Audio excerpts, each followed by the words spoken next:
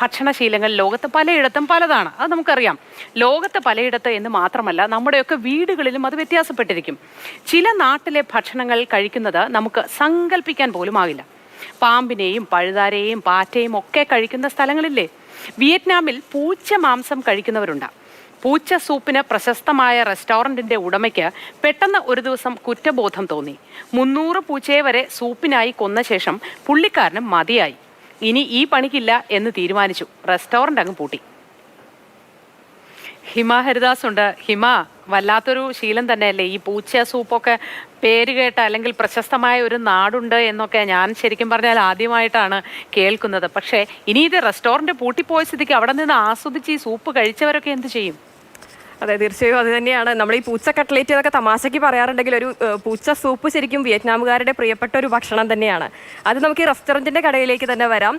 ഗിയാബാവോ എന്നാണ് റെസ്റ്റോറൻറ്റിൻ്റെ പേര്. Farm coke ഡോൻ എന്നാണ് ഈ കുറ്റബോധം വന്നിട്ടുള്ള ഉടമയുടെ പേര്.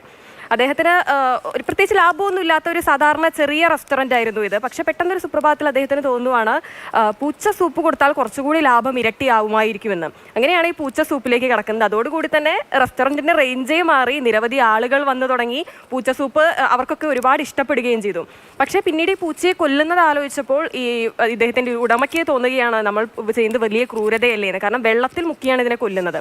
അങ്ങനെയാണ് ഈ പൂച്ച സൂപ്പ് അദ്ദേഹം നിർത്തുന്നത്. ഇത് മൃഗസ്നേഹികൾക്കൊക്കെ വലിയ സന്തോഷമുള്ളൊരു വാർത്തയാണ്. പക്ഷെ ചിലരെ സംബന്ധിച്ചിടത്തോളം ആ സൂപ്പിൻ്റെ ടേസ്റ്റ് അങ്ങ് ഇഷ്ടപ്പെട്ടവർക്ക് ഇത് വളരെ വിഷമം ഉണ്ടാക്കുന്നൊരു കാര്യമാണ്.